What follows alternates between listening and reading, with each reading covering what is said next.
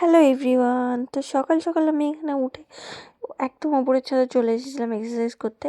আর এই পাখিটাকে তোমরা কে কী নামে জানো জানাবে, কারণ আমি জানি না এর নাম কি।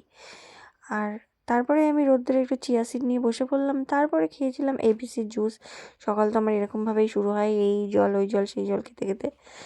তারপরে আমি এখানে ভেজিটেবল চিলা বানাচ্ছিলাম। আজকে আমি বিশালকে জিজ্ঞাসা করিনি কী খাবে কি, আমি আমার মতন বানিয়ে নিয়েছি, বাট এখনও ঘুমাচ্ছে। আর এখন আমি খেতে বসেছি একটু পায়েস দিয়ে চিলাটাকে। তো তারপরে এখানে বেগুন আর আলু ভাজছিলাম, আর এপাশে ভাত হচ্ছিলো। তো আজকে একদম সিম্পল খাবার খেলাম, খেয়ে দিয়ে চলে এসেছিলাম বাড়িতে। আর মা এখানে এত ফুল গাছ লাগিয়েছে, আর আমি একটা আইসক্রিমও খেয়েছিলাম। প্রায় 3-4 মাস পর আইসক্রিম খেলাম মনে হয়, আমি সেই গরমে খেয়েছিলাম লাস্ট। তো মা তারপরে এখানে ফুল গাছে জল দিচ্ছে, বললো যে জল টল দিয়ে আমি যাব দোকানে। আর আমার স্ট্রবেরি গাছে ছোট্ট একটা স্ট্রবেরিও হয়েছে, সেটা তো দেখলে তোমরা। আর এই ফুলটা সবচেয়ে বড় ছিল এই এত গাছের মধ্যে। তারপর সন্ধ্যাবেলা আমি বানিয়েছিলাম পপকর্ন, ভাইকে বললাম একটা খেতে, ও একটাই খেয়েছে।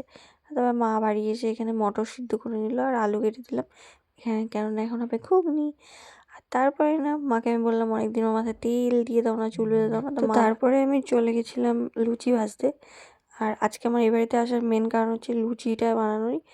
আর ও এরম নরম নরম লুচি খেতে ভালোবাসে আমার ভাই, ওই জন্যই আজকে আমি এসেছিলাম। আর রাত্রে খাবারে ছিল মাংস, ঘুগনি আর লুচি।